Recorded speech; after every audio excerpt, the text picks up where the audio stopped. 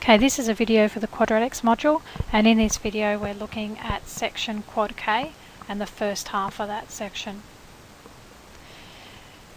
Now in this section we're looking at quadratic applications. Now quadratic equations can sometimes be used to solve problems in practical situations. When solving application problems, the following process can be used. Number one, read the problem carefully. If necessary or if helpful, draw a diagram. Define the variable being used. 2. Translate the information into an equation. 3. Solve the equation. 4. Check the calculated solutions answers the original problem. So if there are two solutions, determine which solution or both satisfies the practical conditions of the situation. If you're finding length and you have a negative answer, then you can only have the positive. Write the final answer clearly, including units where required. Let's look at some examples. The first one is the product of two consecutive odd whole numbers is 143. Find the numbers. So if I let first number be n, my second number must be n plus 2. Okay, because if my first number is 1, my next one would be 3. Then I'd have 5. I'm adding 2 each time. Now the product of those two numbers is equal to 143. So n squared plus 2n is 143. Need to have everything on one side, and that's equal to 0. We now have to factorise that. Now whichever method you use is fine. If it's factorised, you end up with n plus 13, n minus 11 equals 0. Now from there, n plus 13 has to be 0, so n is negative 13, or n minus 11 is 0, n is 11. Now the question said whole numbers, okay? So you can't have n as negative 13, so it's not a whole number. So therefore, your first numbers are, or your numbers are, 11 and 13. Okay. Next, the number of diagonals n of a polygon given the number of sides is given by, and it gives you a formula. How many sides does a polygon have if it's got 35 diagonals? So the first thing is to plug that 35 into the formula. Oops. Okay, get rid of the 2, so we multiply both sides by 2. Expand our brackets. Get everything on the one side. And now factorise using whichever method you want, or you can use a quadratic formula. So from that, n minus 10 equals 0, n equals 10, n plus 7 equals 0, n equals negative 7. Now we can't have negative 7 sides, so therefore a polygon with 35 diagonals has 10 sides. Okay, let's do another one. A rectangular sheet of metal is twice as long as it is wide, so let's draw a rectangle. Now if its width is w, it's twice as long as its width, so it's 2w.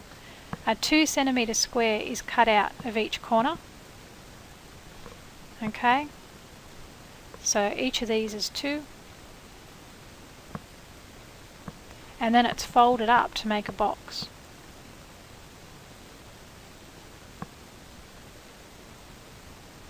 Okay, so now let's put our dimensions on it. This here corresponds to one of the sections cut off, so it's 2. Okay, this length here, I should use some colour, this length here corresponds to here. Now the whole thing was 2w, but we took out two 2 centimetre squares, so now it's 2w minus 4. And this bit here corresponds to here. Now the whole thing was w, we took off two 2 centimetre squares, so it's w minus 4. Okay, So volume is length times width times height. We let W equal width. So we can plug that in. So we just need to multiply everything out. So 2 bracket W minus 4, 2W minus 4. Whichever order you put it in is up to you. And we also know that the volume was 96. So we have 96 equals, and we now have to start expanding out our brackets. Okay, so we've got 2 times W is 2W, 2 times negative 4 is negative 8, and then 2W minus 4. Expand this, so we got 96 equals 2W times 2W is 4W squared, 2W times negative 4 is negative 8, negative 8 times negative 8 times 2W is negative 16W, negative 8 times, 1 second, I think I've made a mistake, that should be 8, negative 8W, then negative 16W, negative 8 times negative 4 is plus 32. So 96 is 4W squared minus 24W plus 32. Get the 96 over the other side. So we're going to take 96 from 32. 32 minus 96 is negative 64. Okay. Now we can divide everything by 4 to simplify this out, and we've got a 0 over here, so that's fine. So we get W squared minus 6W minus 16. Factorise it. W minus 8, W plus 2. So W minus 8 equals 0, W equals 8. W plus 2 equals 0, W equals negative 2. We can't have negative dimension.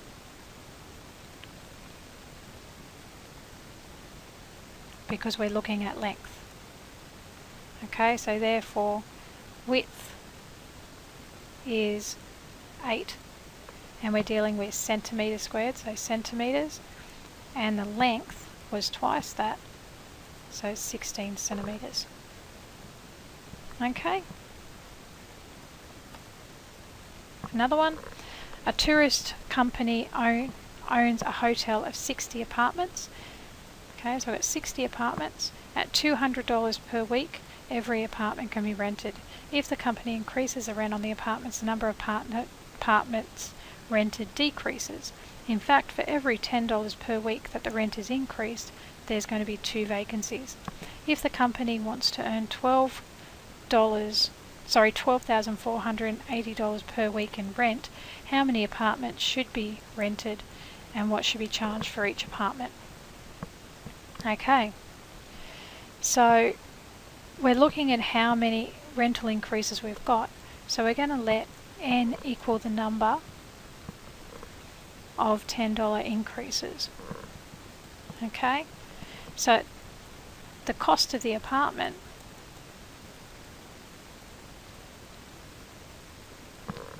is going to be $200 per week plus however many rental increases we've got. So that might be N. So it's going to be 10 lots of N. Okay, so from there, the number of apartments rented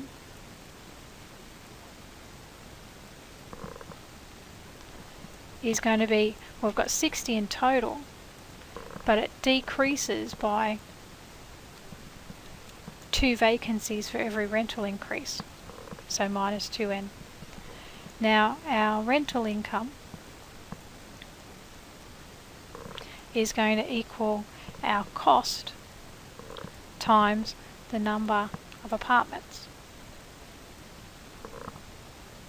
We want our rental income to be $12,840. Our cost is the 200 plus 10N, and the number of apartments is 60 minus 2N. Okay, so from there let's expand our brackets. We've got 200 times 60 is 12,000. 200 times negative 2N is negative 400N.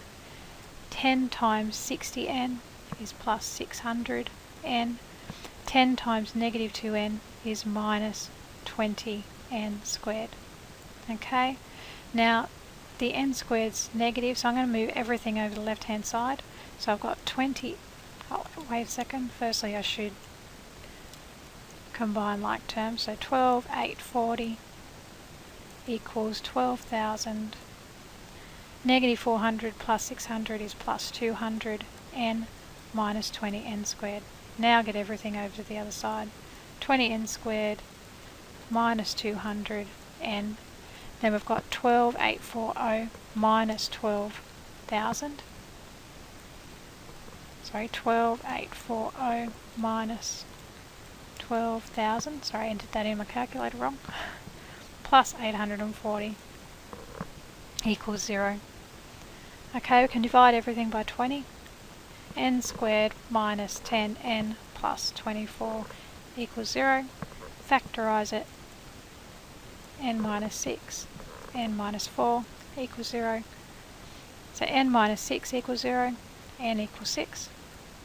N minus 4 equals 0, n equals 4. Okay, so and we can have both of those answers. Both make sense. Let number of $10 increases be n. So we can have 6 $10 increases, or you can have 4 $10 increases. So it does say how many apartments should be rented and what should be charged. So we need to work out that charge. So when n is 4, our cost is going to be 200 plus 10 times 4. So I'm just substituting it into this equation up here. Okay, so that's 240. And our number rented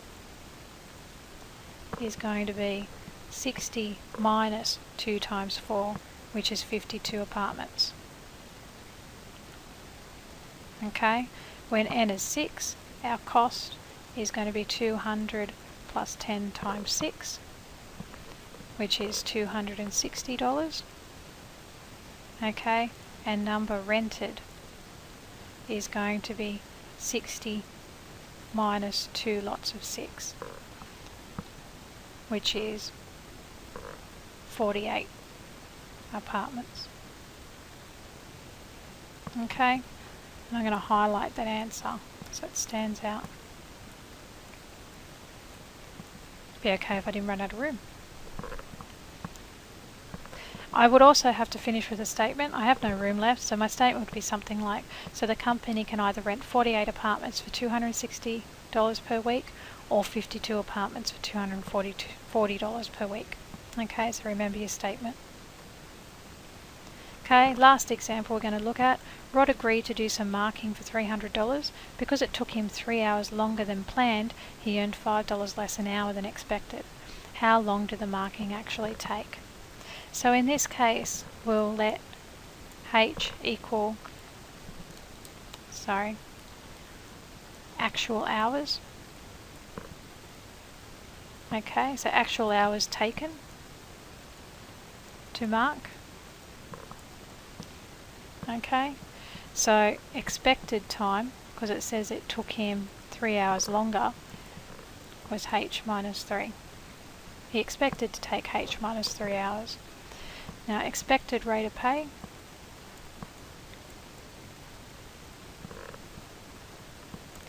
is going to be my total amount that he earned. So 300 divided by what he expected to work in hours, and the actual rate of pay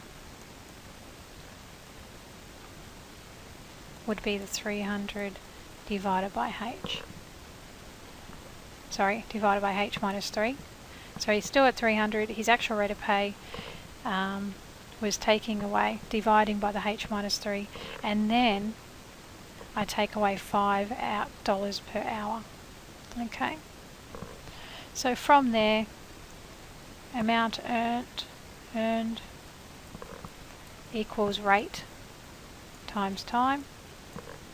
Okay, he earned $300. That's going to be 300 over H minus 3 minus 5, or times by H. So that ends up being 300 equals 300h over h minus 3 minus 5h, just expanding out the brackets. Now we need to neaten everything up, so we're going to multiply everything by this h minus 3. So we get 300h minus 3 equals 300h minus 5h, h minus 3, expand out the brackets, 300h minus 900 equals 300h minus 5h squared plus 15h. Get everything on one side. I suppose we collect like terms first. 300h minus 900 equals negative 5h squared plus 315h. Now get everything on the other side so h becomes positive. We end up with 5h squared. 300h minus 315 is minus 15h. Minus 900 equals 0. Okay, from there we need to factorise. Bring out a common, well actually you just divide everything by 5. Divide everything by 5 first, so h squared minus 3h minus 900 divided by 5 is 180 equals 0. Factorise that. You get h minus 15, h plus 12 equals 0. So h minus 15 equals 0, h equals 15, h plus 12 equals 0, h equals negative 12. You can't have negative hours. So therefore, Rod took 15 hours to do the marking. Okay. Quite a long video, this one. What now? Practice time. Complete exercise quad K1. Again, there's quite a number of questions there, so it's going to take you a while. Remember to ask for help if you need it.